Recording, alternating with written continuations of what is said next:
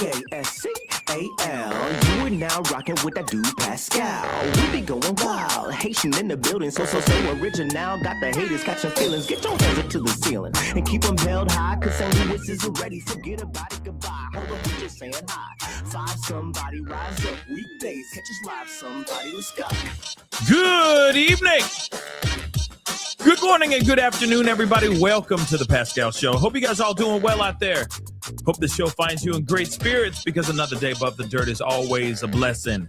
There's a lot of things that are popping overseas right now, guys. There's a lot of things that are going off right now as we speak. We're going to be hopping into something that has just been happening, or is near the end of happening right now as we speak.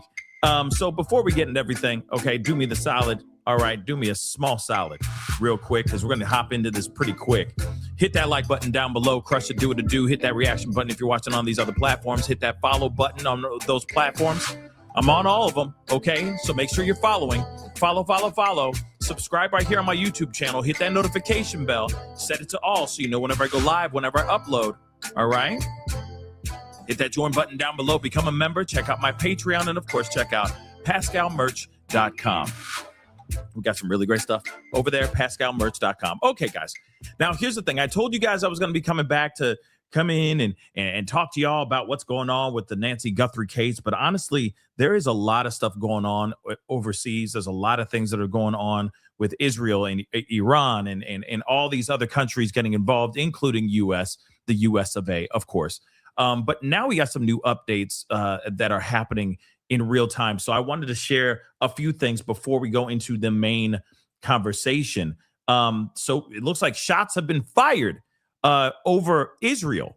And so we have got to take a look at this. Like I said, we're coming in hot and fresh out the kitchen, because this is all breaking right now as we speak. So we got to get straight into it. Trey Yanks, there are missiles in the air right now. Trey, can you tell us what's going on? Yeah, my cameraman's going to zoom in right here. And if the producers can turn down the mix minus on my IFB while I'm talking here, our efforts right now to shoot down this fire. And we've seen at least, just stay with me 1 second. Okay, from the skyline here to the left of the building, you need. And guys, turn down my mix minus if you can. Whoa. Okay, you can see this incoming fire right now. There are multiple interceptions that are taking place over Israel's second largest city of Tel Aviv.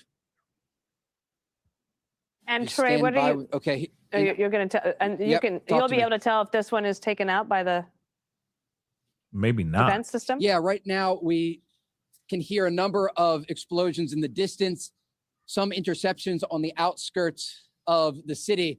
But you just saw live there the stream through the sky, as clearly the Iranians have launched a very large barrage, and some of these missiles appear to have made it past Israel's missile defense system, the Iron Dome. Remember, the Israelis have a tiered missile defense system. They have at the lowest level the Iron Dome, then they have David Sling and the Arrow 2 and 3 systems. Now, the Trump administration was aware that the Iranians would launch a counterattack. They provided the Israelis with additional air defense, including the Patriot and THAAD systems. But still, this is not a perfect layered defense. It is difficult to shoot down some of these hypersonic missiles, and you can hear those explosions behind me. Remember, the northern city of Haifa was also taking fire at the same time. And so when the Iranians save their missiles and launch all at the same time, it's an effort to overwhelm the air defense systems in this country.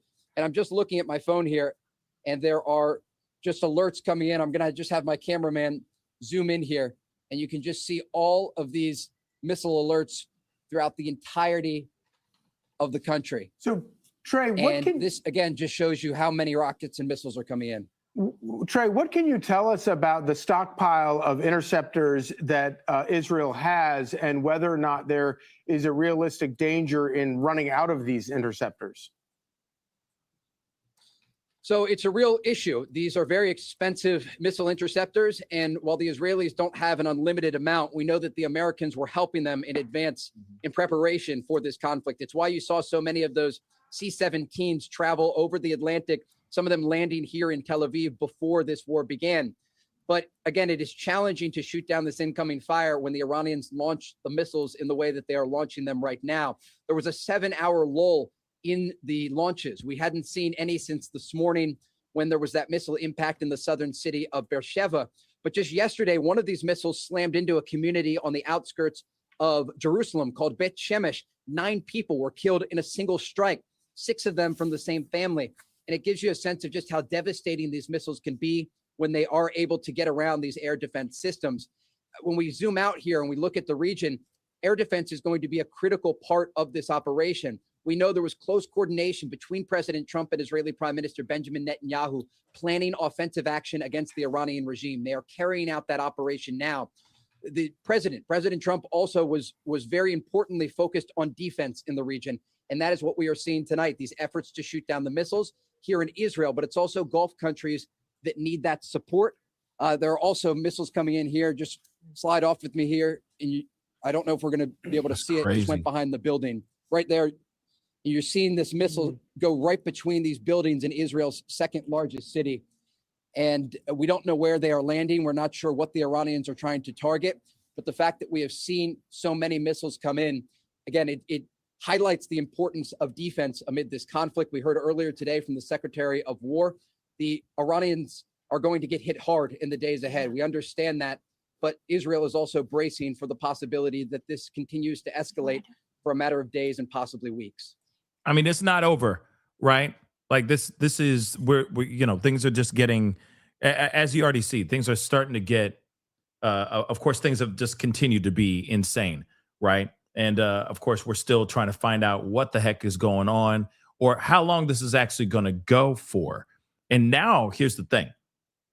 6 U.S. soldiers, 6 troops gone, 6 U.S. service members have lost their lives now. So 6, which is crazy. All right. And we have got to talk about that. And again, we continue losing more and more lives. What do you think what do you think the Trump administration is going to do? They're going to react. I mean, that's just what I'm assuming. They're going to react to that. Right. So let's take a listen to this here. This is all just crazy, guys. But not a surprise that we're going to be getting stuff like this happening. Welcome back to Live Now from Fox. If you are just tuning in, we've been sharing some very sad news that we have just gone into the newsroom here. This just coming in from U.S. Central Command as we are learning that now 6 U.S. service members have been killed as a part of Operation Epic Fury. I am going to share this post here with you if you are just tuning in with us. As of 4 p.m. Eastern time on March 2nd, 6 U.S. service members have been killed in action.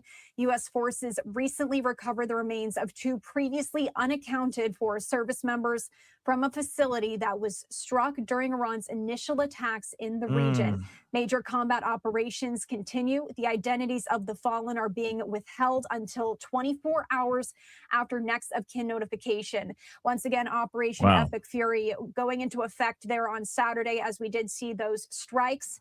And we also heard from President Trump this morning that this is planned to continue for the next 4 to 5 weeks, but it could expand beyond after that. So we did want to share that news here with you on Live Now from Fox. 6 U.S. service members now have been killed. Now, we were also sharing with you some comments from Secretary of War Pete Hegseth, along with Air Force General Dan Kane. We left off after Secretary of War Pete Hegseth's comments, but we do want to continue playing out that press conference here for you on Live Now from Fox. Thank you, Mr. Secretary, and good morning, everyone. The purpose of my portion of the briefing today is to update you and the American people on the actions taken thus far. The briefing will discuss the preparation, the planning, setting the force, the early operations, and we already heard this press conference, right?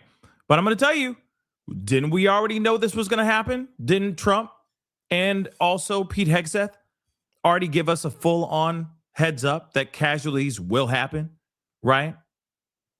That this is inevitable, that there will be more, more soldiers gone, right? So again, should we be surprised? 1 second. U.S. and Israeli airstrikes, which started Saturday and continue apace, have done the following. decapitated the Iranian theocratic regime, unsettled global oil markets, made battlefields of several Gulf states, and, least consequentially of all, altered my work assignments. So, New York it is. And quite obviously, war it is. In interviews over the weekend, President Trump said regime change was part of this endeavor. He even implied there was some sense within the U.S. government of who might come next in Iran. Those references, interestingly, were scrubbed today at the Pentagon and the White House. But absence of reference does not erase the result. The regime has been changed, and something will come next. What that is and what becomes of it is now a U.S. and Israeli concern and project, details to be filled in later. For now, the U.S. and Israel own the skies over Iran. The Iranian military, with whatever remains of its command and control structure, has fired retaliatory strikes in many directions. 6 U.S. service personnel have been killed so far. So the question, how long will this continue? We're already substantially ahead of our time projections, but whatever the time is, it's okay. Whatever it takes, we will always, and we have right from the beginning, we projected 4 to 5 weeks. But we have capability to go far longer than that. We'll do it. Whatever somebody said today, they said, oh, well, if the president wants to do it really quickly. After that, he'll get bored. I don't get bored. There's nothing boring about this. Nothing boring at all. Danger lurks across the region. Iran, though teetering due to internal instability, is not powerless. Its terrorist proxies are most definitely weakened, but not vanquished. We begin tonight with that as a backdrop with our Matt Gutman, who joins us from Tel Aviv. Matt, set the scene. Major, I think you just hit the nail on the head. I don't think in recent history we have seen the Middle East in so much turmoil or so many nations involved in a single conflict, right? We have not only the pugilists of Israel and the U.S. against Iran, you have Iran lashing out against basically all of its neighbors, Bahrain, Qatar, Kuwait, Saudi Arabia, Lebanon is involved. Jordan is involved. Hezbollah's proxies or Iran's proxies in Lebanon, Hezbollah, have launched drones towards Cyprus. Now, Cyprus is involved. The Brits are involved. Just so you know, this is breaking as of the last 10 minutes. Explosions heard over Doha. So in the past few minutes, Al Jazeera, this is what I'm reading from Al Jazeera. Al Jazeera's correspondent has reported hearing multiple explosions in the skies over Doha. Earlier, Qatar, in the letters to the United Nations, detailed how its military had intercepted dozens of ballistic missiles and several drones from Iran since the U.S. and Israel launched their attacks on Iran last Saturday.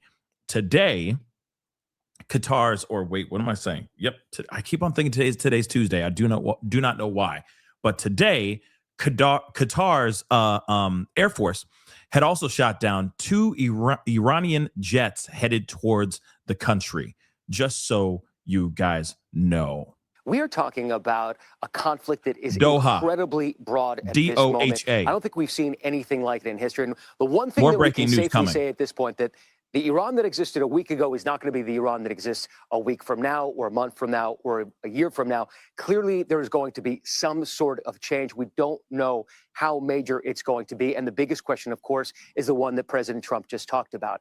What is the staying power? How long does this conflict continue? He's talked about it lasting for 4 weeks, maybe 5 weeks. He's also talked about off-ramps and maybe talking and pausing those airstrikes. We don't simply know, but I think everybody right now here in the Middle East, particularly in Israel and particularly in Iran, are digging in for a longer conflict of many weeks, Major. Matt, what does it look and feel like in Israel based on your observation? And what is the Netanyahu government telling the Israeli population about what to expect? Very different tonight than it was last night, and there are a couple of reasons for that. Yesterday, there were about 34 sirens that sounded in the greater Tel Aviv area, people going up and down to bomb shelters. Today, very, very few. And what I'm being told from Israeli military sources is they are being very successful at eliminating Iran's mobile missile launchers and the ones that are buried wherever they are. They've taken out at least half of them over the past year or so, and they believe that 70 to 80% of them could be obliterated by the end of this week. So we're seeing fewer launchers. But there's something interesting that Iran is doing also. They are watching what President Trump is saying. And so I am told that the assessment is that they are metering their missile launches as well, to make sure that they have enough missiles and enough launchers to last for 4 or 5 weeks to continue the pressure on Israel. And you mentioned Netanyahu. He has been pushing for this very event for the entirety of his career, and now it is happening. But the question, as you mentioned it, is what happens in the day off after? Do they topple the regime? Do they install someone who is more favorable to the U.S.?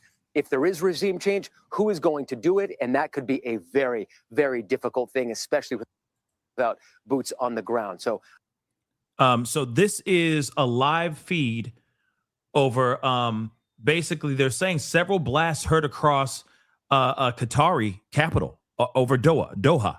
Hopefully I'm saying that correct. I apologize if I'm butchering the city's name, but they're saying that there's allegedly some stuff going on over here.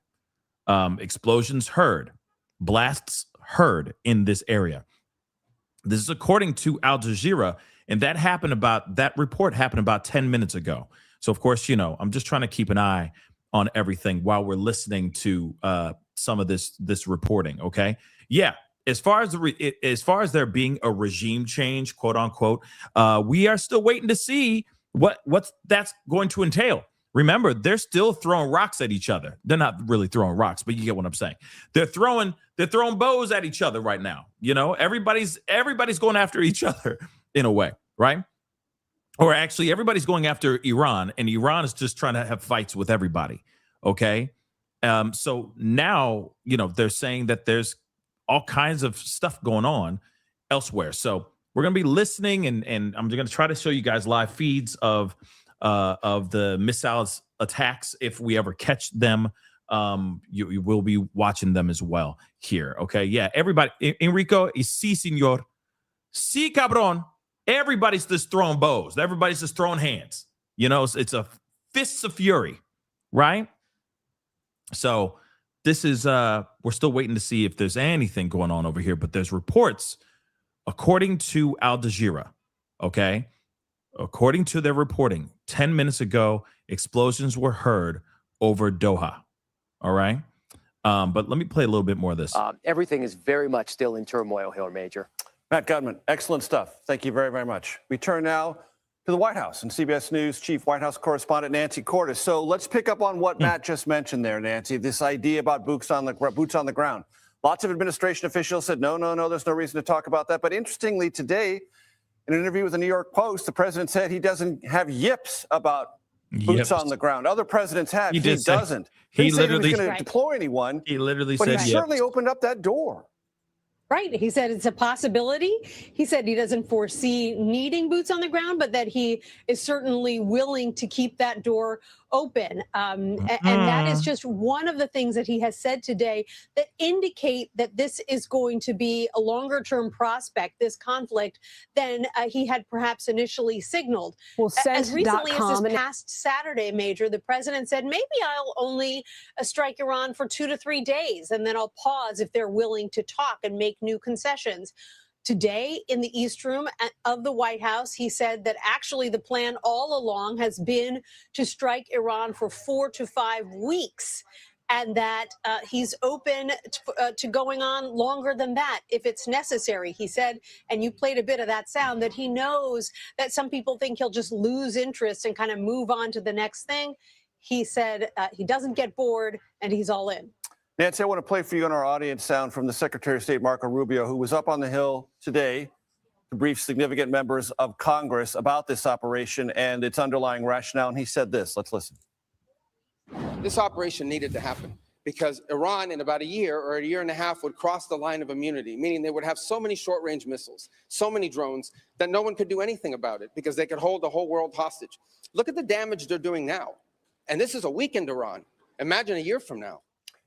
That sounds to my ear, Nancy, more explicit than we even heard from the president. And don't worry, we're going to be hearing a lot more because Marco Rubio put out another, has been doing a lot of interviews and putting out a lot of stuff that he's been saying recently. So we will be hearing a little bit more of him uninterrupted here in just a little bit. President or the defense secretary earlier today.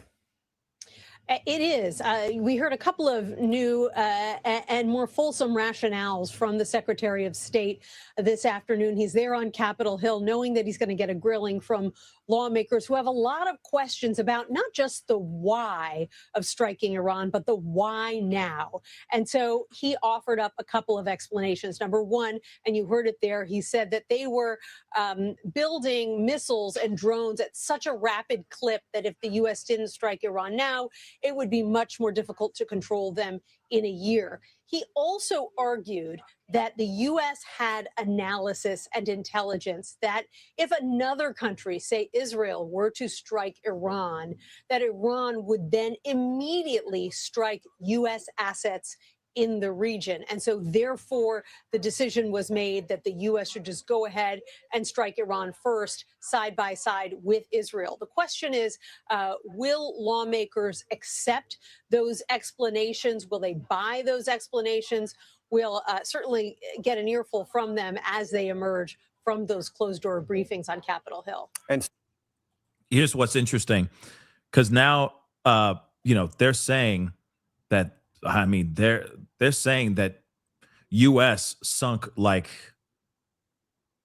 a bunch of ships, okay? Sinking 11 boats. Let me just show this to y'all, all right? This is just insane. So Trump, and they're using his word, obliterates Iran's navy by sinking 11 boats, including the mothership, and Tehran's brazen lies are being exposed.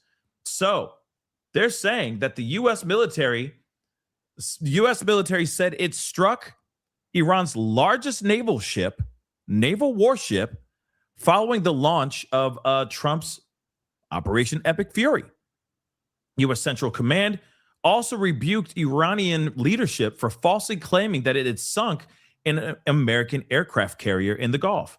So the Iranian regime's false messaging machine continues to falsely claim that it has sunk a U.S. aircraft carrier. The only carrier that has been hit is the Shahid Bagheri, okay, an Iranian drone carrier.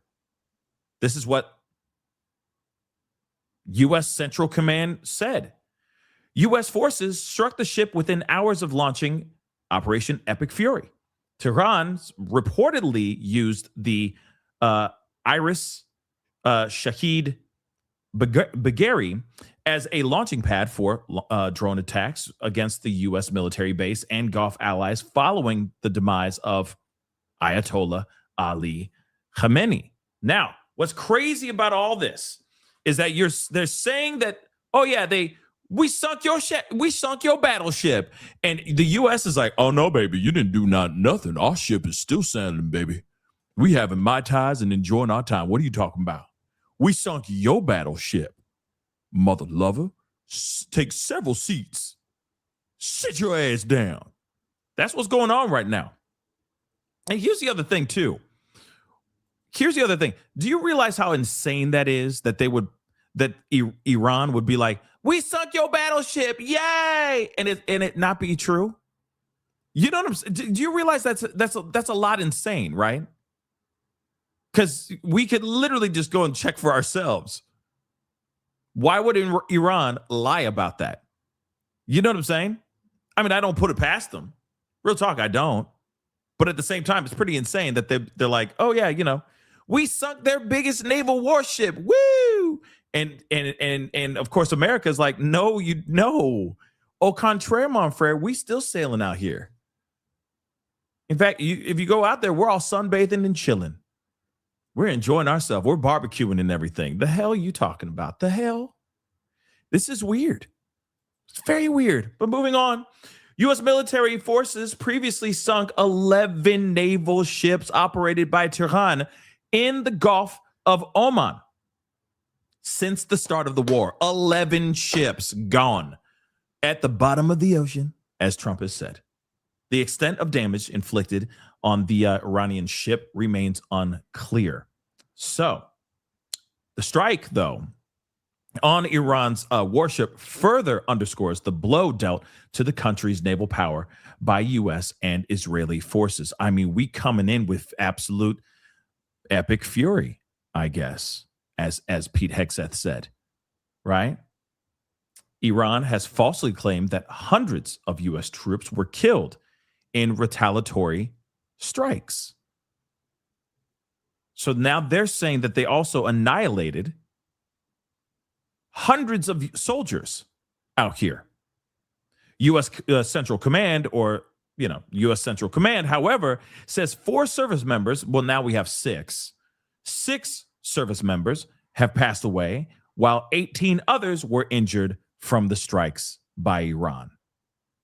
So it's a he said, she said situation. Ain't that interesting? Ain't that interesting?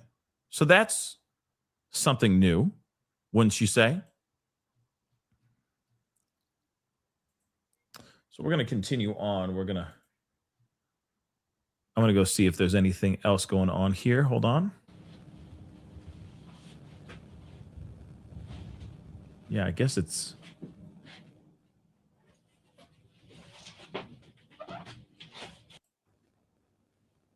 Hold on.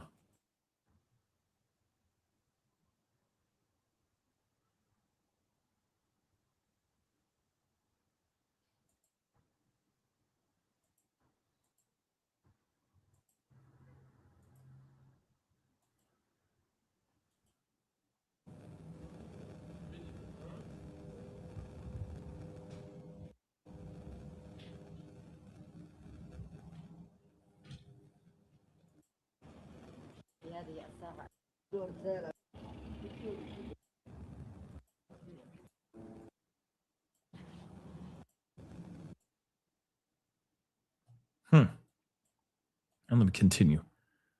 Let's see here.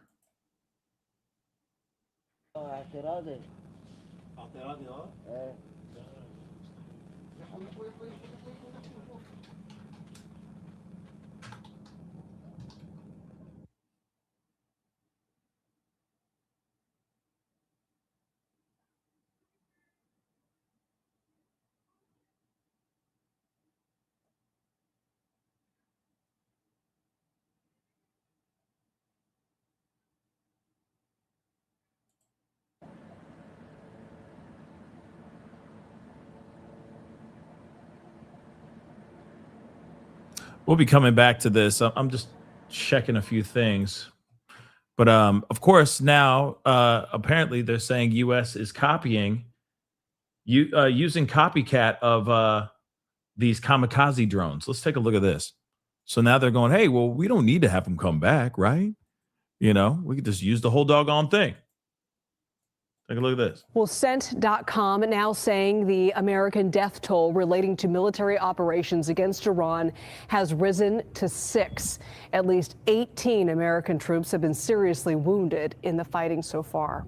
Meanwhile, hundreds of pro-Iranian protesters stormed a U.S. consulate in Pakistan after the death of Iran's supreme leader was announced. 9 of those protesters were killed. Dozens were injured. The strikes in Iran have spurred fear and uncertainty for neighboring Afghanistan and Pakistan. And this morning, Secretary of Defense Pete Hegseth addressed how long the conflict with Iran could last. Take a listen. President Trump has all the latitude in the world to talk about how long it may or may not take. 4 weeks, 2 weeks, 6 weeks. It could move up. It could move back. We're going to execute at his command the objectives we've set out to achieve.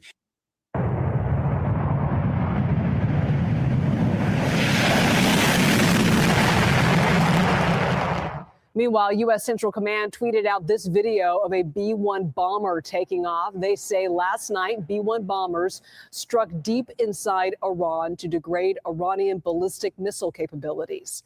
And for the first time in combat, the U.S. military is deploying one-way kamikaze drones that are copycats of Iran's drones.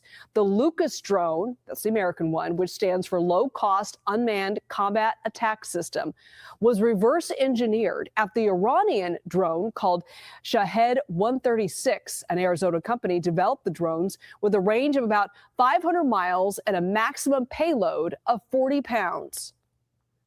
So the Lucas is a low-cost platform that provides cutting-edge capability at only a fraction of the cost of traditional U.S. platforms that deliver the same effects. So joining us now is J.D. Simpkins, the editor-in-chief of Military Times and Defense News. J.D., great to be with you. How do these drones operate, and why is the U.S. using them now? Well, these drones, first of all, thank you for having me, Liz.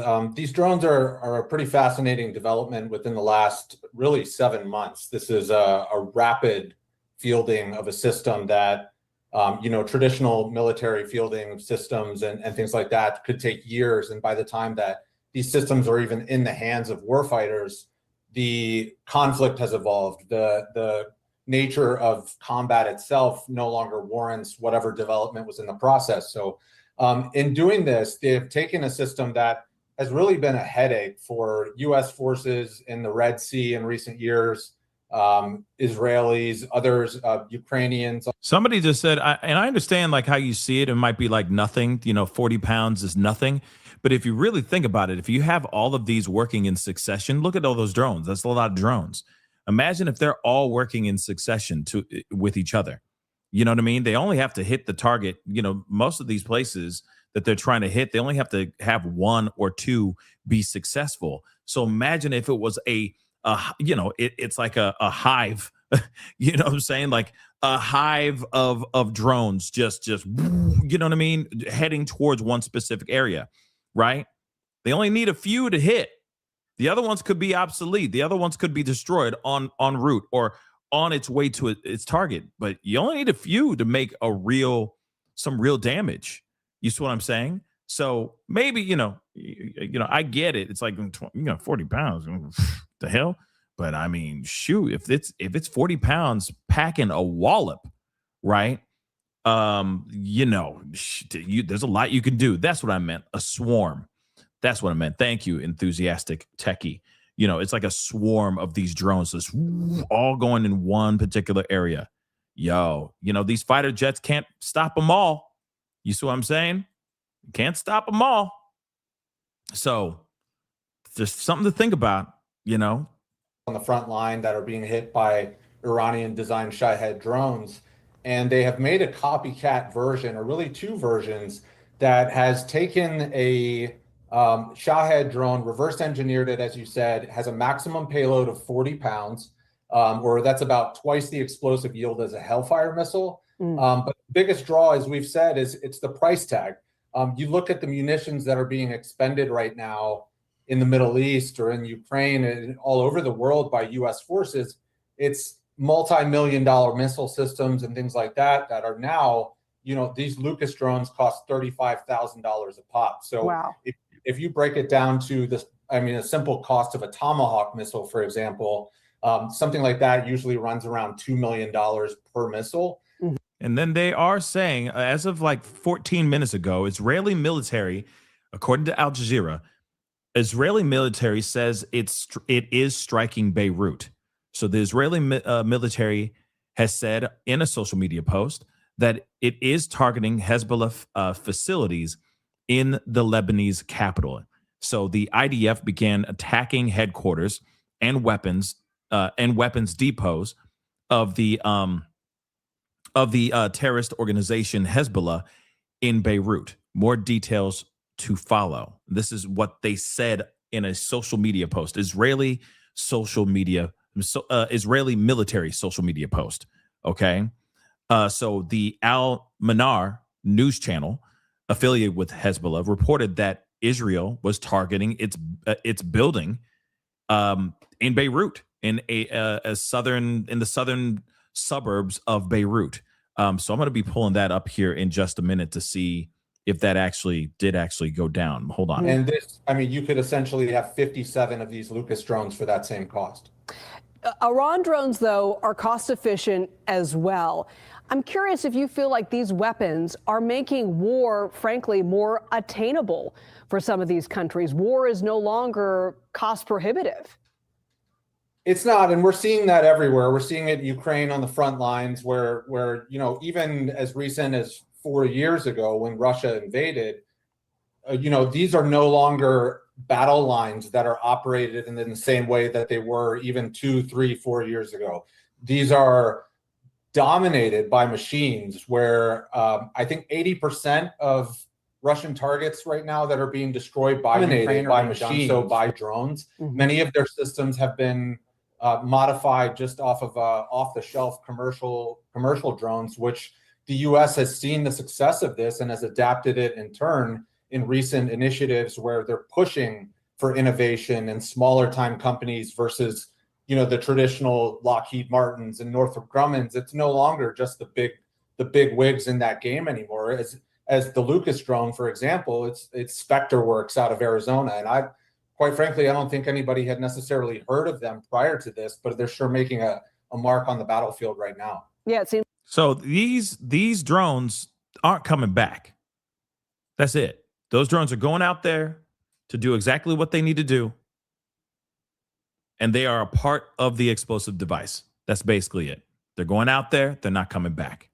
They're not cheap either. But those things are being paid. Those things are being done. That's what they're doing right now. Take a look at this.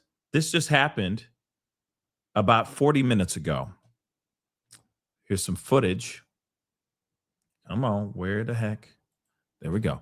Here's some footage of Beirut just moments before it struck.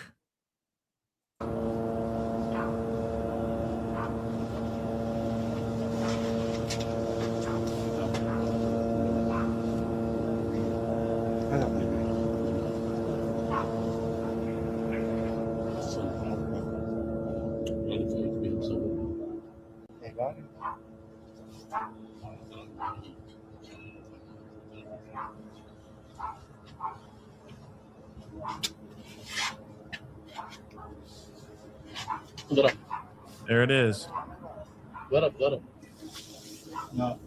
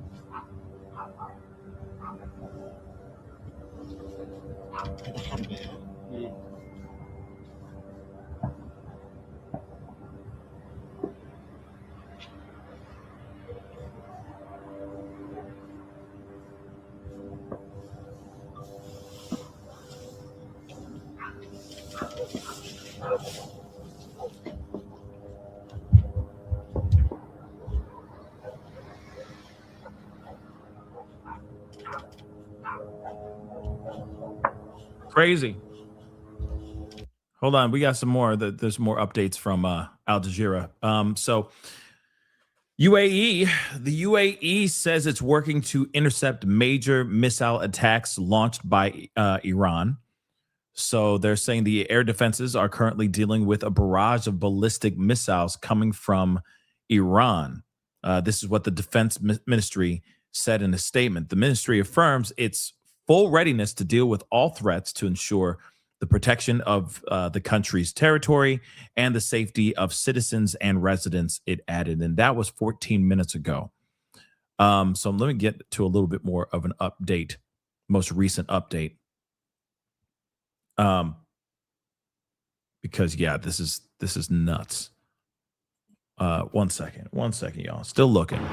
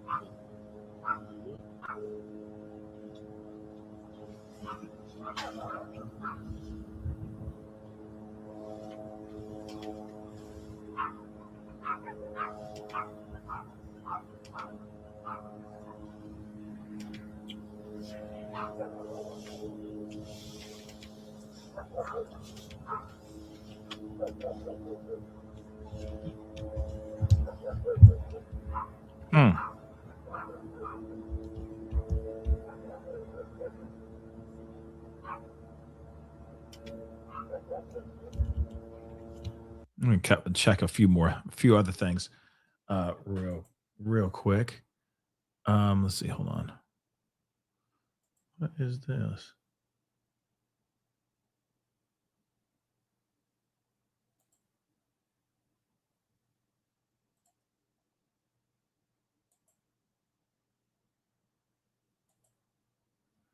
It's crazy how it's like, some places it's like one hit and then it's just nothing for a while. You know what I mean? And then it'll be another hit. It's very weird, fascinating. But Trump even said, we already heard this in the morning, but they're starting to reiterate it again. Trump is saying that this could last longer than just 4 weeks. He was like, this is going to be just like a month. It's just going to be like 4 weeks. No big deal. But then now he's like, it might be longer than four weeks now. It might. But remember, he was sitting there saying that he has not taken off the table the possibility of deploying boots on the ground. Okay. He has said that. So I feel like it's coming. I feel like that's inevitable. I will keep it real. I do think that's inevitable, but let's continue. Let's take a look at this. Getting back to the conflict in the Middle East, we are learning 6 Americans have now been killed following the start of the U.S. military operation. Now, the president and his cabinet are speaking more publicly about the attacks and what's at stake for Americans. Caroline Shively brings us up to speed. President Trump tells Americans to prepare for more casualties as the Pentagon says even more U.S. forces are headed to the Middle East. The USS Spruance firing Tomahawk missiles towards Iran as Operation Epic Fury rages on. President Trump says the U.S. anticipates a 4 to 5 week military operation, but acknowledged it could go far longer than that. Whatever the time is, it's okay, whatever it takes. At a Medal of Honor ceremony at the White House, President Trump laid out the U.S.'s major objectives for its military operation, including taking out Iran's ballistic missiles and Navy, preventing Iran from obtaining a nuclear weapon, and stopping Iranian-funded proxy attacks. There would come a point where they have so many conventional missiles, so many drones, and it can inflict so much damage that no one can do anything about their nuclear program. No matter what, ultimately, this operation needed to happen. In response, Iran is threatening a larger regional war, hitting civilian sites in Israel and the Arab Gulf states, including airports and apartment buildings. After Iranian-backed Hezbollah launched rocket attacks into Israel, the IDF fired retaliatory strikes into Beirut on Monday. A Homeland Security memo sent over the weekend also warned of the possibility of lone wolf attacks as a result of the U.S. military operation, but did not detail any specific threats. What? Wait a second. Say that again, baby. One more again? A Homeland Security memo sent over the weekend also warned of the possibility of lone wolf attacks as a result of the U.S. military operation, but did not detail any specific threats. Wouldn't that be nice if we were given the specific threats? Wouldn't that be nice? Lone wolf, what? Lone wolf what? Wouldn't that be nice? Wouldn't it be nice to know a little bit ahead of time? You know, like, hey, everybody, don't go out to don't be out in the clubs. Don't go out to the big events or something like that. You know what I mean? Hold on. No, hold on. We got to hear what she said one more time. A Homeland Security memo sent over the weekend also warned of the possibility of lone wolf attacks as a result of the U.S. military operation. Do you know who runs Homeland Security? But did not detail any specific threats. It's like, hey, here's a memo. Here's some possibilities of bad things happening, possibly on American soil. But not going to give you much information. But just let you know that some ish about could hit the fan. But nothing to worry about. Ish might hit the fan, but we can't really give you the details. That's some crazy. That's scary. That's scary. Let's take a look at this. This is I told you guys Marco Rubio was out here talking a lot. He put out a statement recently, and like to hear it, here you go. We do know the death toll of U.S. service members has risen to 6 within the last several hours. All right, I also want to put out this here from social media. Secretary of State Marco Rubio in a video to all American citizens in the Middle East saying safety and security is our #1 priority. Sign up to receive step-up alerts. Let's take you out to this video he posted on social media, a message to U.S. citizens in the region. Department of State, our #1 priority is the safety and the security of American citizens everywhere in the world. Now, with what's going on in the Middle East with Operation Epic Fury and the cowardly attacks that we're seeing from Iran against Gulf countries, I wanted to take this chance to speak directly to Americans who are in the Middle East about the work we are doing to try to keep you safe. So immediately following the beginning of this operation, at my direction, the State Department activated a 24/7 task force, surging personnel and resources necessary to help provide American citizens with up-to-the-minute safety and security information. Now, in order to receive these updates from the nearest U.S. embassy or consulate, you have to register with the Smart Traveler Enrollment Program. You have to register with STEP, and here's where you do it. You go to step.state.gov. That's step.state.gov and register so we can reach you. We also encourage Americans abroad to follow our security updates for U.S. citizens channel on WhatsApp, and follow @TravelGov on social media as well. The latest alerts are also available on travel.state.gov. That's our website, travel.state.gov. Finally, Americans in the Middle East, you can reach the Department of State 24 hours a day, 7 days a week at the following phone number: 1-202-501-4444. That's 1-202-501-4444. All right, direct message there from the Secretary of State, Marco Rubio, to American citizens right now in the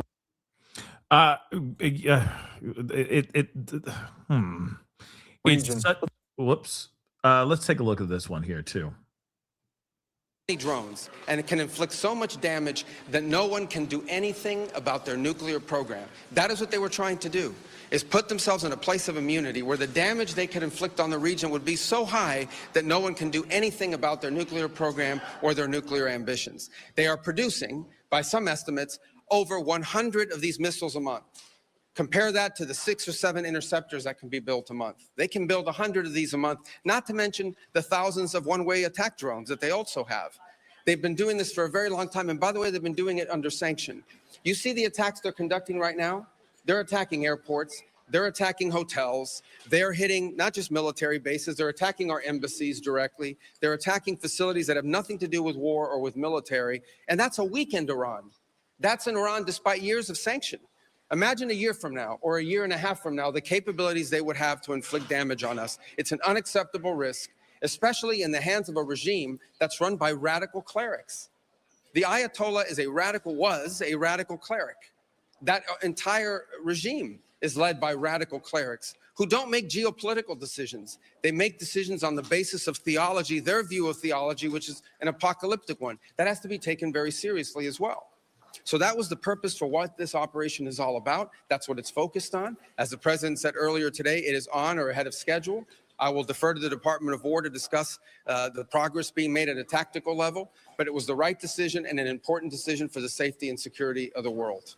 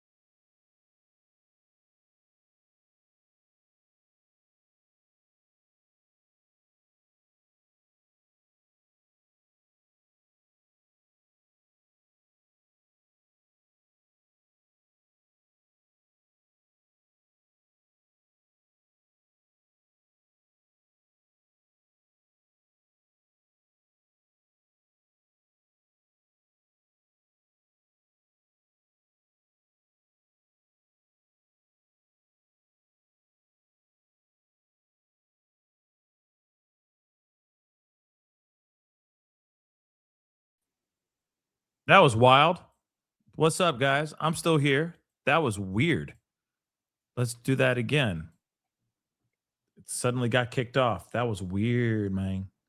Hold on. We got to listen to this. Decision and an important decision for the safety and security of the world. Does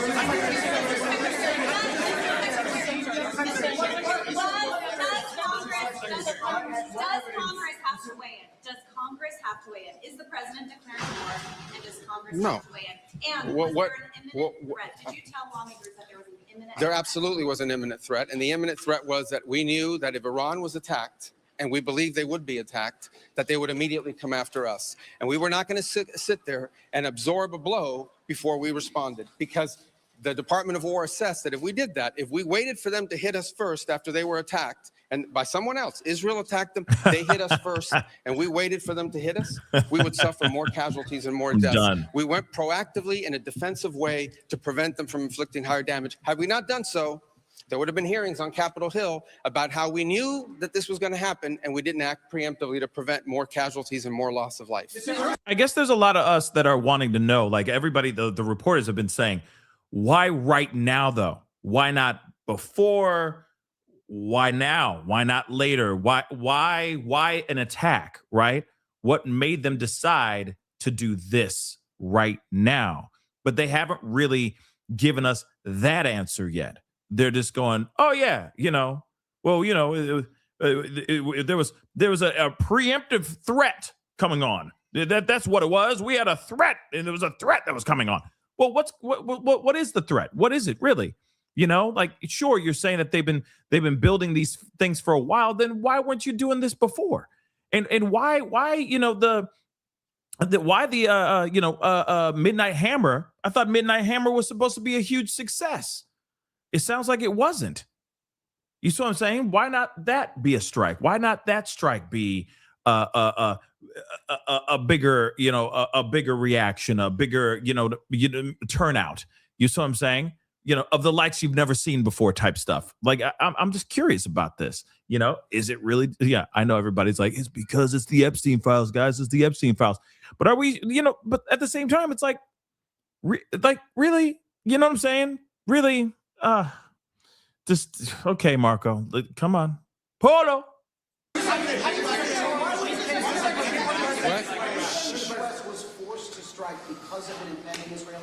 No, well, two things I would say. Number one is, no matter what, ultimately this operation needed to happen. That's the question of why now.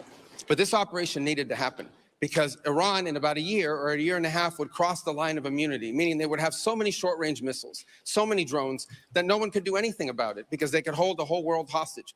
Look at the damage they're doing now. And this is a weakened Iran. Imagine a year from now. So that had to happen. Obviously, we were aware of Israeli intentions and understood what that would mean for us, and we had to be prepared to act as a result of it. But this had to happen no matter what. I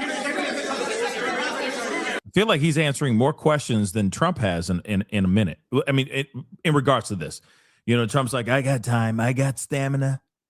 You think I get bored? I'm not going to get bored. Not going to get bored. Of course, I'm not going to get bored here. There's no way. And Marco is busy, just saying everything. You know what I'm saying? This is just, it's pretty crazy. Secretary, President Trump said overnight that his top choices to now run Iran were killed in the strikes. Does the United States have a firm plan for how they intend to handle this power vacuum in Iran to ensure that an Iranian hardliner does not take power? So two things, and two things can be true. Number one is our mission and our focus is the destruction of their ballistic missile capabilities and their ability to manufacture them, as well as the threat posed by their Navy to global shipping. That's our objective. That said, we would not mind, we would not be heartbroken, and we hope that the Iranian people can overthrow this government and establish a new future for that country. We would love for that to be possible. But the objective of this mission is the destruction of their ballistic missile capabilities and of their naval capabilities.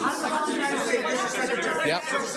So are you saying, based on that, are you saying that there is no responsibility, no plan for the U.S. to at least play a role in whatever government comes next? We might. We'll see how circumstances play out. But I'm telling you what the objectives of this operation are. The objectives of this operation are to destroy their ballistic missile capability and make sure they can't rebuild it, and make sure that they can't hide behind that to have a nuclear program.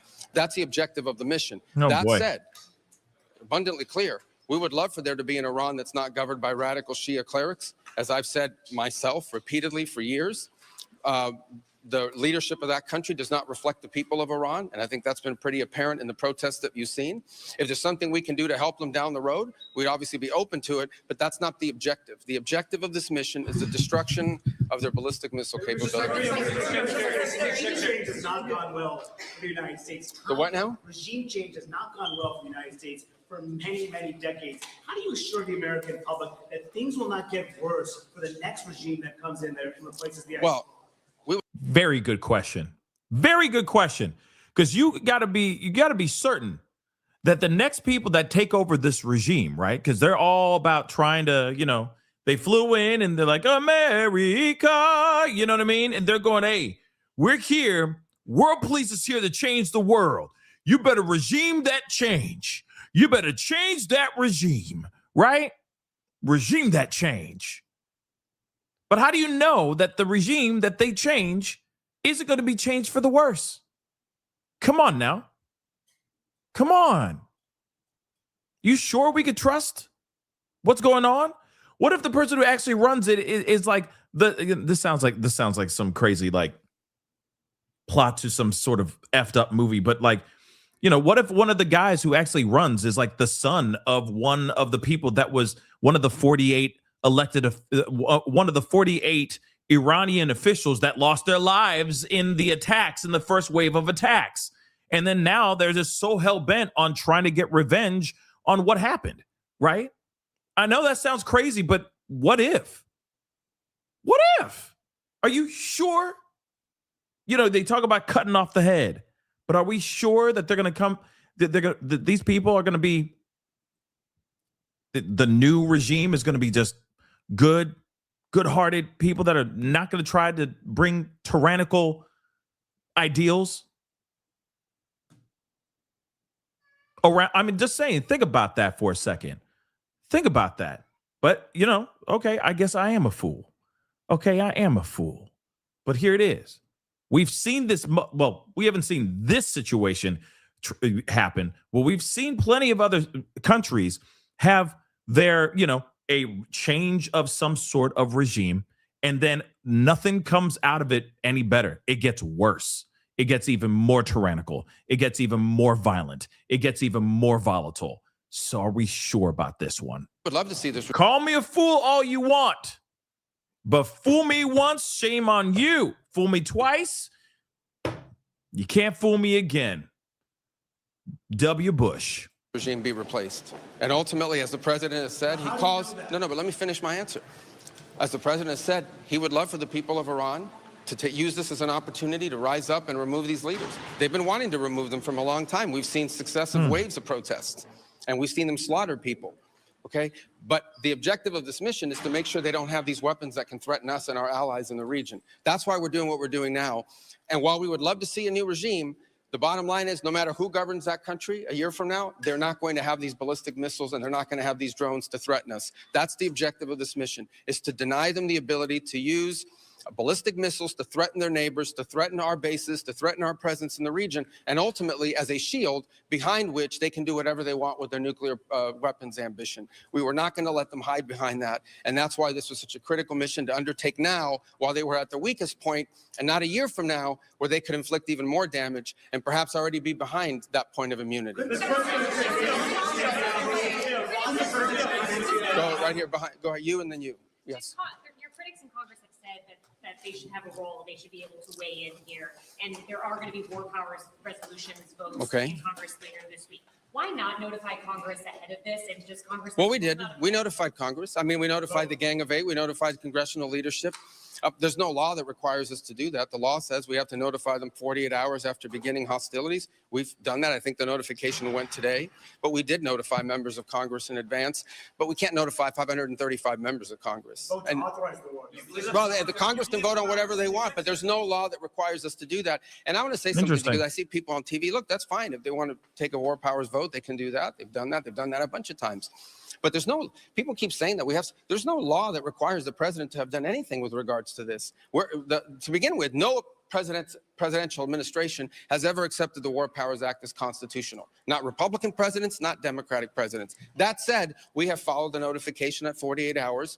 And we're here today. I've done more Gang of Eight briefings than I got in the 4 years that Biden was president and I was a member of the Gang of Eight. All of that said, we've complied with the law 100%.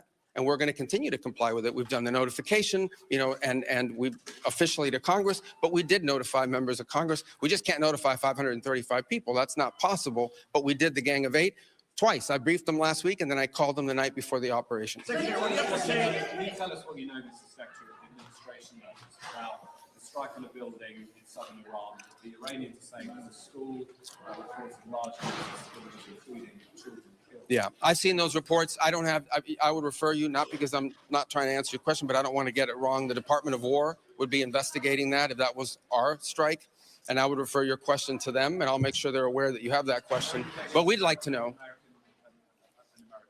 Well, clearly, the United States would not deliberately target a school. Our objectives are missiles, both the ability to manufacture them and the ability to launch them, and the one-way attract drones. That would be our focus, and that's what we would be focused on. We would have no interest and, frankly, no incentive to target civilian infrastructure. The Iranians are, on the other hand, targeting civilian infrastructure. You guys have seen it. I'm sure you've seen it. They're hitting hotels. They're hitting embassies. They're hitting airports. They're hitting oil infrastructure. Well, it'd be very tragic, but I can't speak to the details behind it because I just don't have it. It would be a tragic outcome if it's happened. I don't have the details as to what led to it. But what is clear that the United States would not deliberately target a school. They are, on the other hand, deliberately targeting civilians, as you've seen, because you know why? They are a terroristic regime. They sponsor terrorism and they participate in terrorism. What's your message to Americans who are concerned about? So apparently, guys, they're saying that they're saying that a U.S. embassy is on fire in Saudi Arabia. I am trying to find the information about that, but apparently, a fire breaks out at the U.S. embassy in Riyadh. Okay, Riyadh. Following reports of explosions. I'm trying to find footage of that, but a fire has broken out at the U.S. embassy in Riyadh. Hopefully I'm saying that correct. I'm sorry, guys. Sorry, but Riyadh, Saudi Arabia, following reports of explosions at the site, according to Reuters. So I'm going to look over at Reuters here right quick. Neither U.S. nor Saudi officials have confirmed details of the actual incident. Reuters reported the fire and explosion based on information from two sources. No further details about the nature of the explosions or the extent of the actual fire have been released. The report comes as Riyadh has been targeted in Iranian missile and drone attacks over the past several days. Saudi Arabia confirmed over the weekend that Iranian strikes had hit both its capital and eastern province, which is home to major oil infrastructure, which is not good. I will say that. Obviously, we already know about all of that, given the fact that oil is Earthang, apparently. Okay, now we did discuss about a fire that was going on, but now they're saying that I'm trying to find, this was like, this just broke. Okay, this is breaking news. Okay, this is breaking news. Let me repeat this again. A fire breaks out at the U.S. Embassy in Riyadh, okay, following reports of explosions. I'm still trying to get more information about this. Just to sit tight with me. Let's listen to the rest of what Marco Rubio needs to, is saying here. But apparently this is happening right now in real time as well. So just give me a second, okay? Rising energy prices, given the spiking of oil prices today. Yes, and we knew that going in would be a factor, and so we have a program in place that will begin to be implemented by Secretary Wright, Secretary Bessent. We talked about it last night, again, about this program. We talked this morning, and starting tomorrow, you will see us rolling out those phases to try to mitigate against that. Obviously, markets are going to be reacting to news about what's happening. And again, a reminder, think about it, okay? This terroristic regime led by radical clerics has the ability, potentially, to shut off 20% of global energy. That's the kind of leverage they have because of their Navy. We're going to destroy their Navy. But there is a plan in place. We anticipated this could be an issue, and Secretary Wright and Bessent will begin to roll out those steps starting tomorrow to mitigate against the impact that could have. I got to do this briefing, so I got a couple more. Yeah. Do you anticipate putting troops on the ground, and how long do you anticipate the conflict to last? Well, we don't. Let me say two things about it. Number one, the president always has the options to undertake whatever operations he decides to do as the commander in chief. That said, we believe the objective that we have set for this mission, which is the destruction of their ballistic missile capabilities, both launch capability and manufacturing, can be achieved without ground forces. Right now, we're not postured for ground forces, but obviously the president has those options. He's never going to rule out anything. But right now, our focus is on the destruction of their ballistic missile launchers, their ballistic missile stockpiles, and their ballistic missile manufacturing capability, as well as their one-way attract drones and their Navy, because of the threat it poses to global shipping. How long is This is insane. I can only do one more right there in the middle. Yeah, so let me repeat this again off to the side. It's saying here, Reuters reported, citing sources, that a fire broke out inside the U.S. Embassy in Riyadh following an explosion. No official details have yet been released regarding to the nature of the explosion or the extent of the damage, and there is no information about any injuries so far. Then this is from people are now just starting to post this and post about this. This is about 22 minutes old, so obviously it's still very, very new. I'm trying to get as much information as I can about this because this is absolutely insane. Given that there was a U.S. embassy under attack in Riyadh. Okay. I'll let you guys know more when I get more information. Stand by. Yes, sir. Is there a diplomatic exchange going on right now between U.S. and Iran? Any exchanges whatsoever outside of No, not at this time. I mean, look, we always have people that reach out from inside of governments. You don't know if they're authorized to reach out or not. They're suffering a tremendous amount of damage. Honestly, again, I'm not going to give away the details of our tactical efforts, but the hardest hits are yet to come from the U.S. military. The next phase will be even more punishing on Iran than it is right now. Someone was screaming, how long will it take? I don't know how long it'll take. We have objectives. We will do this as long as it takes to achieve those objectives, and we will achieve those objectives. The world will be a safer place when we're done with this operation. All right? Thank you, guys. Okay, hold on. 1 second, y'all. Questions that you do have on the U.S. strikes on Iran. If you'd like to still weigh in, you can scan that QR code. Send those questions over to us here on Live Now from Fox. In the meantime, we do want to bring in our expert, and that is Ben Cohen with the Foundation for Defense of Democracies, a friend of the show. Thank you so much for taking the time to join us. As always, we do appreciate it. Great to be with you again. Let's start with this. As the White House confirmed on Sunday, the Islamic Republic of Iran's leadership has contacted the U.S. asking for talks, and the list of potential successors to replace Ayatollah Ali Khamenei, who was killed on Saturday by an Israeli airstrike, includes his son and former advisors. So a question I think on a lot of people's minds here, Ben, is who will lead Iran? How is this regime change going to work? Well, I think we first have to clarify whether this is regime change. And listening to what President Trump had to say earlier suggests... Let's pause this for a second. I don't know if this is, You know how it is. This could be AI. This could be real. I don't know. But what they're saying right now is pretty insane. So let's take a look at this. They are saying right now, reports indicate, let me just put this up. Reports indicate that a fire has broken out at the U.S. Embassy in Riyadh. Further details are awaited. So this is where the embassy is, I guess? Like, what the F is going on?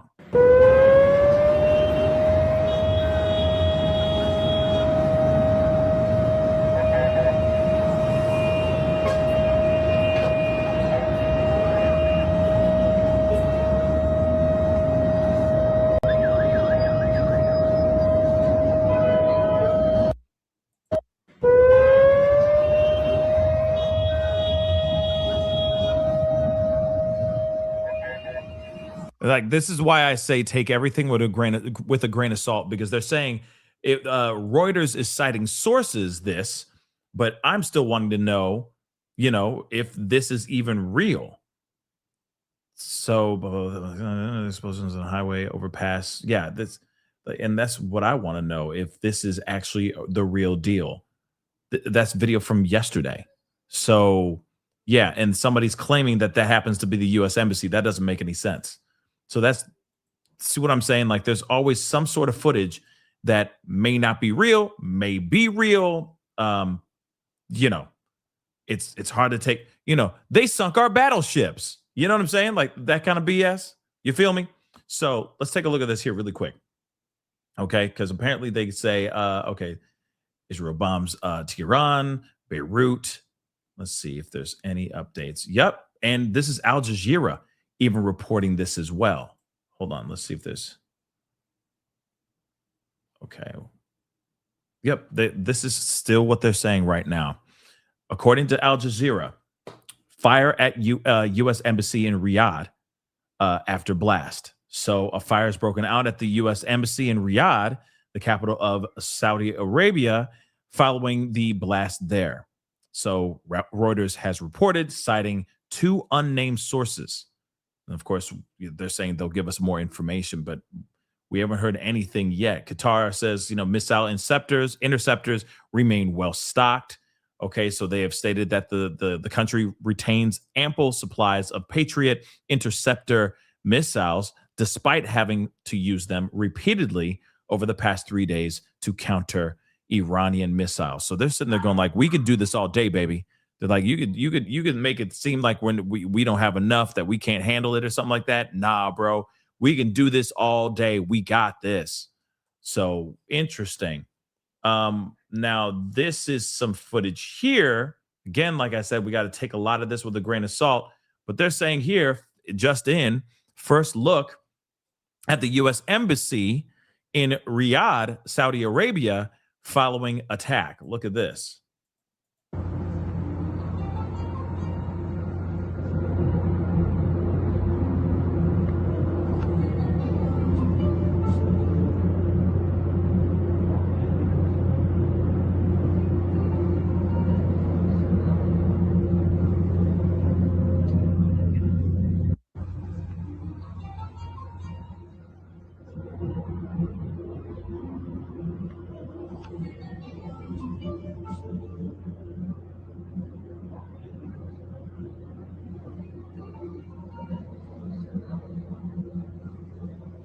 I mean, it looks like a plume of smoke right there. But I mean, shoot. I mean, it could be anything at this point. That's what sucks about the internet. You know what I mean? A lot of times you're getting stuff that's not entirely true. Or people just posting things for the sake of getting for the sake of getting clicks. But there are other places playing both those videos, which is really interesting.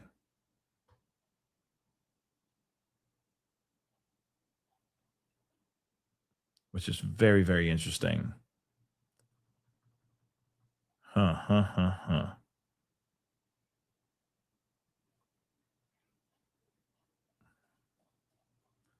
right, let's continue on with this. suggested to me that he is moving in the direction of regime change, which meaning overthrowing the regime, meaning removing the Islamic Republic as the governing authority of Iran and replacing it with something else, hopefully something more democratic and something that will encourage Iran to become an open society. And I think that there are two really key developments over this operation that inform my view. I think, firstly, for the first time since the Islamic Republic was created 47 years ago, Iran doesn't have a supreme leader. They had Ayatollah Khomeini from 1979 until 1989. And when he died, Khamenei, who was assassinated eliminated, I should say, yesterday, very quickly took his place. And now what you're seeing as they try and find a second supreme leader is a crisis of succession. So that's the first point. The second point is to examine how Iran is fighting this war. And I think what's really significant to me is that they no longer have any friends in the region, nor do they seem to care about that. You know, last June, when Israel, and joined by the US, went to war against Iran, the vast bulk of Iranian projectiles were targeted at Israel and to a lesser extent at US interests in the Middle East. Now you're seeing missiles, barrages of missiles ricocheting across the Arab world. I think nearly every Gulf Arab country, with the exception of Oman, which played a mediating role in between the US and Iran, all those states have been struck. So this is the classic behavior of a regime that is on its last legs. And so when you start talking about succession, I think the question is, will it be a figure from within the regime, or is there somebody and some structure outside the regime that could take over here? And Ben, we're going to have you hang on here, but we do see the First Lady is speaking. Let's just pop over there, see if she is speaking on Iran. An education in conflict. The agenda is adopted.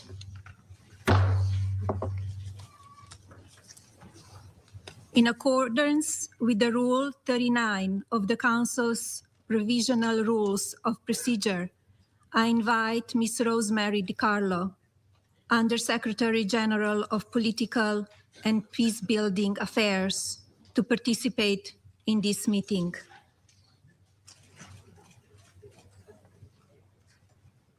It is so decided. The Security Council will now begin its consideration of item 2 of the agenda. Okay, I now give the floor to Ms. Rosemary DiCarlo. I'm skipping ahead. Quite a lot for us here. People are concerned. How vulnerable is the U.S. to retaliatory cyber attacks targeting power grids, financial systems, water systems? What should people really be looking out for? I think that the US is always vulnerable to cyber attacks, and not just from Iran. You know, we've seen this, Russia and China in particular engaging in trying to engage in systemic degradation through cyber attacks. So I think that this is a pertinent concern with Iran as well, as is the issue of sleeper cells who could potentially carry out terrorist attacks. That reminds me, I need to look up what if Homeland Security has said anything recently about these alleged attacks and whatnot, and all that. And also, you know, I do want to check out Beirut, just the live feed of Beirut. So just give me a second here. We got to take a look at that as well. See what's popping. Looks like maybe something struck.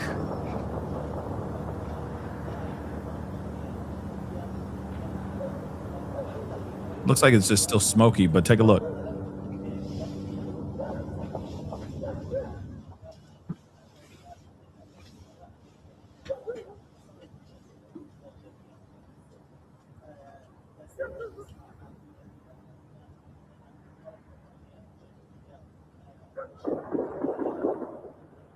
Yeah, they're still dropping. They're still dropping bombs. Hold on.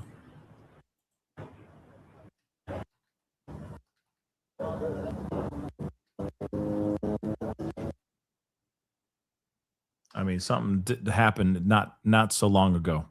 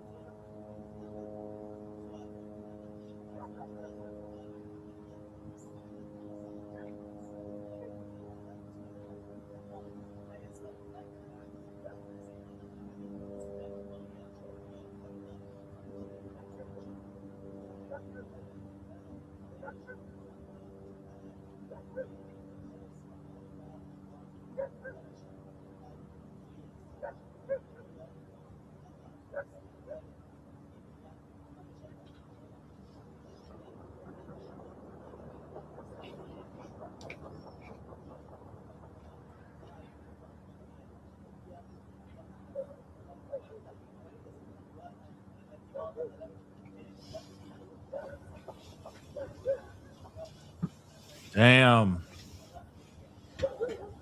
You got the Boom Boom Squad. Let me just hold on. You got the Boom Boom Squad deployed. This is 54 minutes ago, according to a tweet.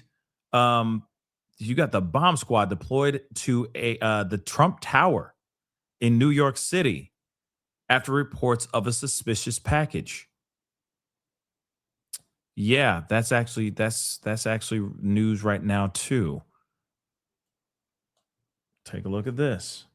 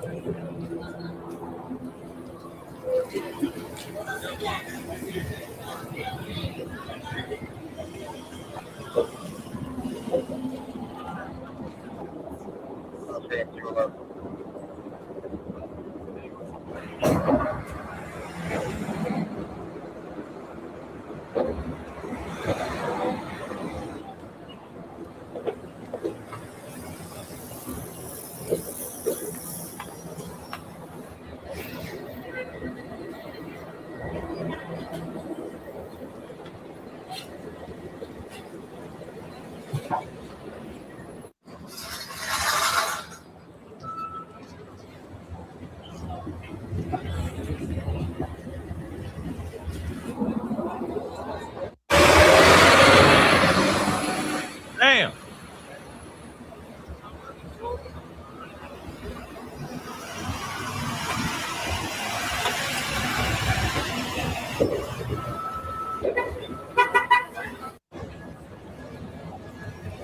So that's very interesting. This is crazy. Yeah, I was looking to see if Homeland Security had any more information, but they're not showing anything. It doesn't say anything yet. But I'm keeping an eye on a few things. This is absolutely crazy too. And it sucks that we have to literally go, yeah, there's just so much. This is the problem. There's so much AI crap. It's really, really frustrating. So frustrating. So much AI crap. It's hard to figure out what's real and what's not. You know what I mean? It's a huge problem. Hold on one second. I'm checking something here. Yeah, this is apparently footage They're saying this is real.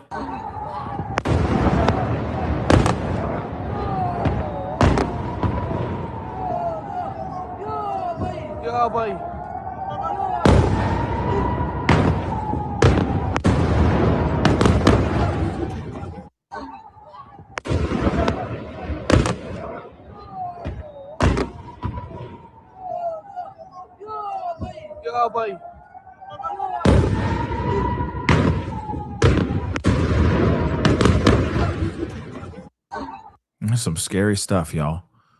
That is some scary stuff. I mean, like I said, everyone has to constantly ask Grok if it's real. And they're saying that at least this video, they're saying, according to Grok, they're saying that yes, this video is authentic footage from Israel showing multiple Iranian ballistic missile trails lighting up the night sky. So it's nuts. And it's recent footage from the last day or two. So yeah, this is pretty insane what is going on out here. Damn it, people are still on the, is it real? Is Jim Carrey a clone? I'm done with it. One second. Oh my gosh.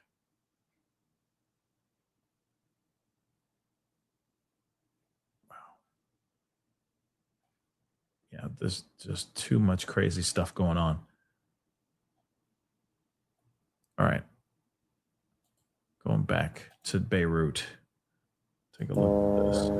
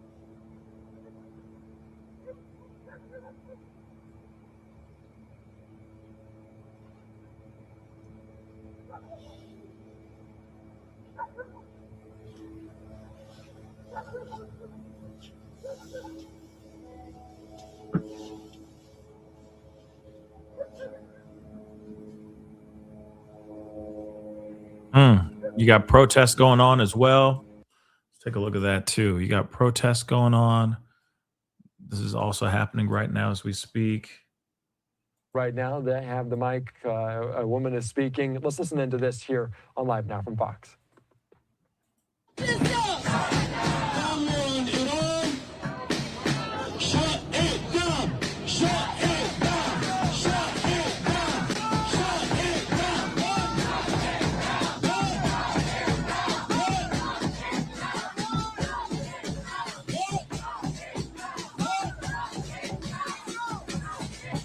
Protests going on, and they're saying, back off, hands off Iran, hands off Iran. So you got that going on too. Golly. For the past 3 years, we've been here for the past 3 years, showing up for the people of Palestine, our immigrant community, the people of Lebanon, the people of Iraq, the people of Iran. And we are not tired, and we are not stopping. And we will fight every single day until collective liberation is achieved. days ago, the United States and Israel launched a massive military offensive against Iran, killing senior Iranian leadership, including Supreme Leader Ali Khamenei, and many of his closest advisors, as well as hundreds of Iranian civilians in a joint airstrike over Tehran. It was a blatant and crude act of war, and it happened even when Iran signaled its openness to talks to prevent escalation. And Iran has been in negotiations for almost a full year. This echoes last year's 12 days of war. Countless other instances where the U.S. and its allies have responded to diplomatic openings with bombs, just like Venezuela, just like Palestine, and now like Iran. The U.S. shows its true face. Naked violence and militarism is the only language it knows. And it makes one thing clear. There is no negotiating with an arrogant beast that is empire. Shame. We know from the last 2 years of genocide in Gaza what Israel and the U.S.'s goals truly are. Land and resources, conveniently extracted from a region smothered of any sovereign ambition, with an impressed people who can't resist the theft and barbarity they are subject to. Israel is not bluffing when it proclaims its ambition to be a land from the Nile to the Euphrates, and are marching blind with lust and greed to secure its genocidal dream. Empire is carrying out the final act of play, to empty the region of any forces willing to counter its hegemony, and that's what's happening to Iran now. Israel's strikes have hit deep inside of Iran, including a girls' elementary school. I repeat again, a girls' elementary school, where over 150 people were reportedly killed. A massacre that reverberates around the world, and that conjures the same memory in the minds of Palestinians, Lebanese, Yemenis, Egyptians, and Iraqis, all of whom remember how empire struck their schools and massacred their children. Just within the past 50 years, it is a type of violence so inherent to Israel that it would be indistinguishable without it. Israel and the U.S. are now dragging the entire region towards wider war. In fact, dragging it to the entire world towards a bloody specter of world war. Empire's ambitions are now not bound by any sanity, and the cost of millions of lives is not considered too dear. We remember what happened in Iraq. We remember the millions of lives that were taken. And now it's happening again in the Middle East. Israel has expanded its assault beyond Iran, launching strikes deep into Lebanese territory, including Beirut. Lebanon is once again being turned into a battlefield as Israel broadens its military campaign engulfing the region in even greater devastation. Tens of thousands are today displaced in the south, in a nation already torn apart and volatile. And it is increasingly... This is what we do at Live Now. Anytime we see something live going on, we bring it to you uninterrupted. My thanks to Andy Mack. He's been... That's interesting. I mean, I wouldn't be surprised.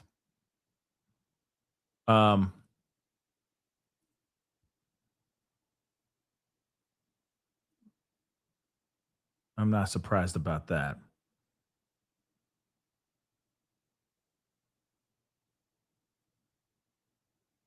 Let's see. Hold on. I am quite curious about the bomb squad being there. I will say that. I am very curious about that. Being the bomb squad at the Trump Tower. I am kind of curious about that. So here's just some more info.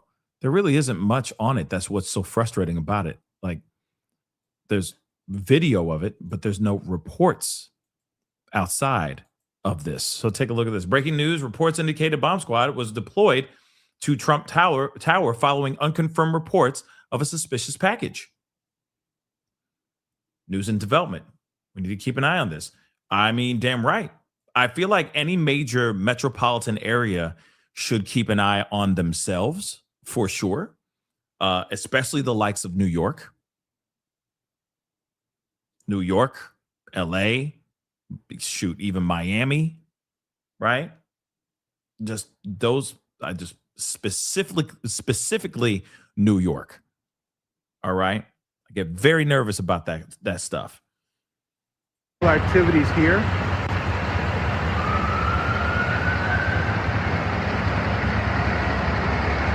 don't know if they're going to close off Fifth Avenue. There is a possibility that that could happen.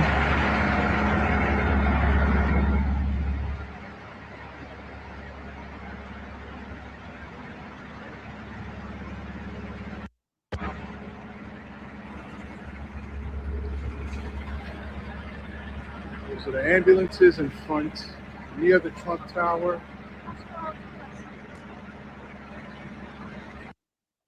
Yeah, I don't know what the heck is going on, y'all. This is some crazy stuff.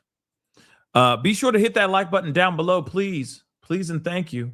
Make sure you hit that like button down below. But again, let me just read this to you guys. Because according to Newsweek, a suspicious package was found Monday afternoon in the mailroom at Trump Tower in Manhattan, prompting a response from the New York City Police Department, their bomb squad, authorities told Newsweek. Police said a 911 call was received around 4:20 p.m. after the Secret Service discovered the package inside the building of 725 Fifth Avenue, but no evacuations, injuries, or arrests were reported as the investigation continued. And this is what the NYPD told Newsweek. A large police and emergency response presence could be seen outside of the buildings in video posted on social media. New York City's emergency notification system posted on X. Police activity, expect traffic delays, road closures, mass transit disruptions, and emergency personnel near Fifth Avenue and West 56th Street, Manhattan. Avoid the area. So, okay, New York. So NBC New York reported just before 6 p.m. that the package has been cleared as a threat. So that's good. So it was nothing. Probably Girl Scout cookies being delivered. God only knows.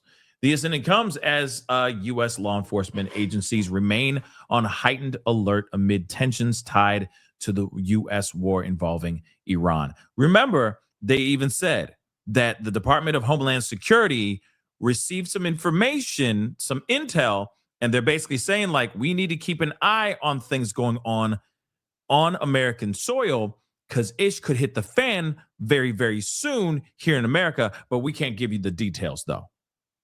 We can't give you any more information. That's all they could give us, right? Which is completely jacked up, in my personal opinion, all right? Let me grab these super chats here really quick. Let's get stupid. Thank you so much for the love. I appreciate it. Thank you, Pascal. No, thank you for tuning in. I appreciate it. Let's be mindful and consider going out to public places over the next few months. Yeah. I feel like that's a fair assessment or a fair idea. I think we all should keep our heads on a swivel. But I've been saying that to you guys way even before this Iran stuff was popping off. Just in general, we need to keep our heads on a swivel. You know, we need to start making sure we keep watch for all of us, because there's always something unhinged happening just right around the corner. So let's be mindful. Okay. I agree with that super chat.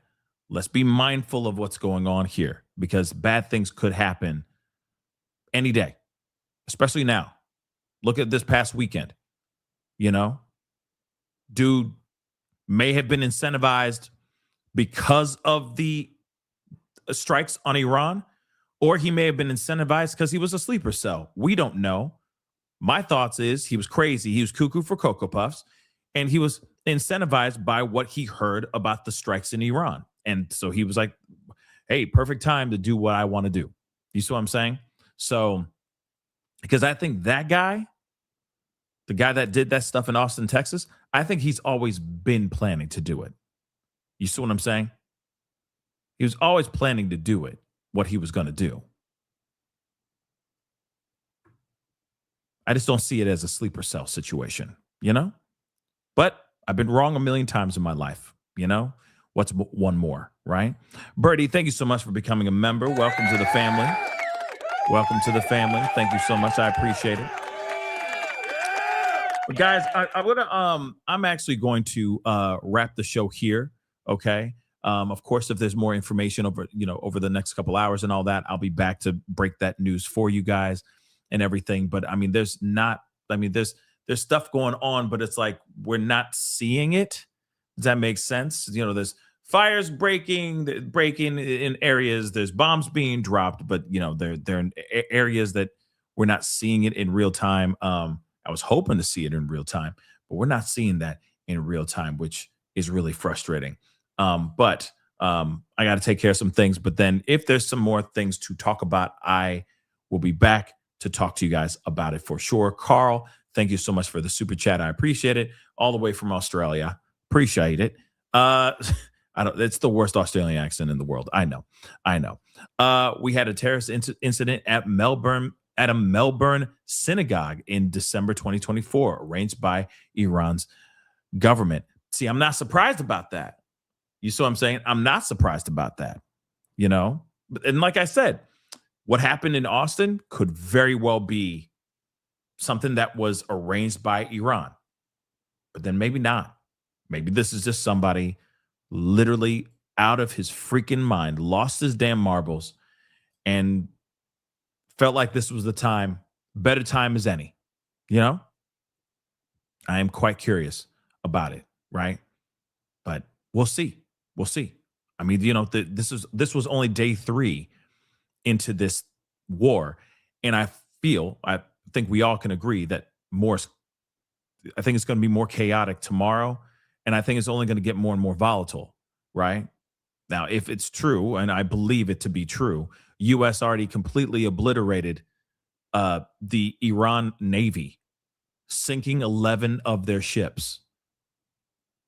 I'm sure they have other ships, but at the same time, that's a lot of ships to be sinking, baby. And I feel like there's going to be more information overnight. So if there is, I'll be back on with you guys to talk to you guys about it. If there's some activity going on tonight, I'll be back to talk to you guys about that as well. But that is the show. I appreciate all y'all for being here. It really means a lot. Thank you so much for tuning in. Appreciate it. Thank you. Thank you so much for tuning in and watching this show. You could watch any other place. You decided to watch here, so that is an absolute blessing. Thank you so much. Please do me a favor before you head out, though. Hit that like button down below. Crush the do what to do. Hit that reaction button if you're watching on these other platforms. Make sure you hit that follow. Follow me on those platforms. Follow. Okay? Make sure you're subscribed here on my YouTube channel. Hit that notification bell also and set it to all so you know whenever I go live, whenever I upload, because honestly, it is random. It is. A lot of it's breaking news. There's so much breaking news going on. My God, it's insane. Okay? Make sure you do that. Hit that join button down below. Become a member. Check out my Patreon if you want to support the show. And of course, do not forget to check out PascalMerch.com. PascalMerch.com. We got some great stuff over there, guys. PascalMerch.com. Okay, guys. Anyway, it's time to get going. All right. We'll be talking here very soon. Be safe out there. Be good to yourselves. Be good to one another. This is the Pascal Show. Bye.